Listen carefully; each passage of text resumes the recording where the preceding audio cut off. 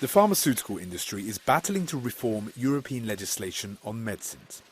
At the end of March, the European Commission will present plans to revise the EU pharmaceuticals legislation in what will be an update to a 20-year-old text. In this high-stakes game of influence, the industry is stepping up its lobbying efforts to make its voice heard. Part of its action plan is already visible in the heart of the European Quarter in Brussels.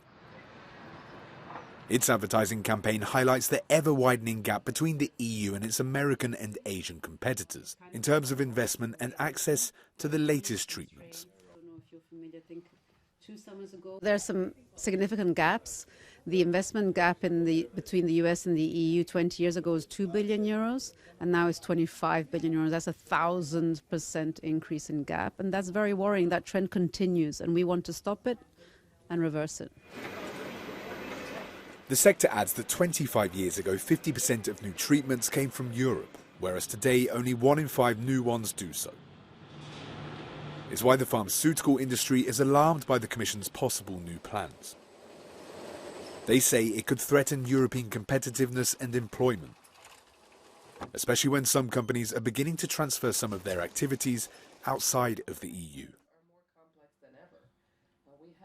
In recent years, we've seen, unfortunately, a move of clinical research to other parts of the world. We've seen investment moving again to the U.S. and other parts of the world. The U.S. has taken what used to be Europe's leading advantage for biotechnology, and now it's in the U.S., and we'd like to see Europe reclaim that role. One thing working in Big Pharma's favour, though, is their economic weight. The sector is worth 43 billion euros per year when it comes to research and development.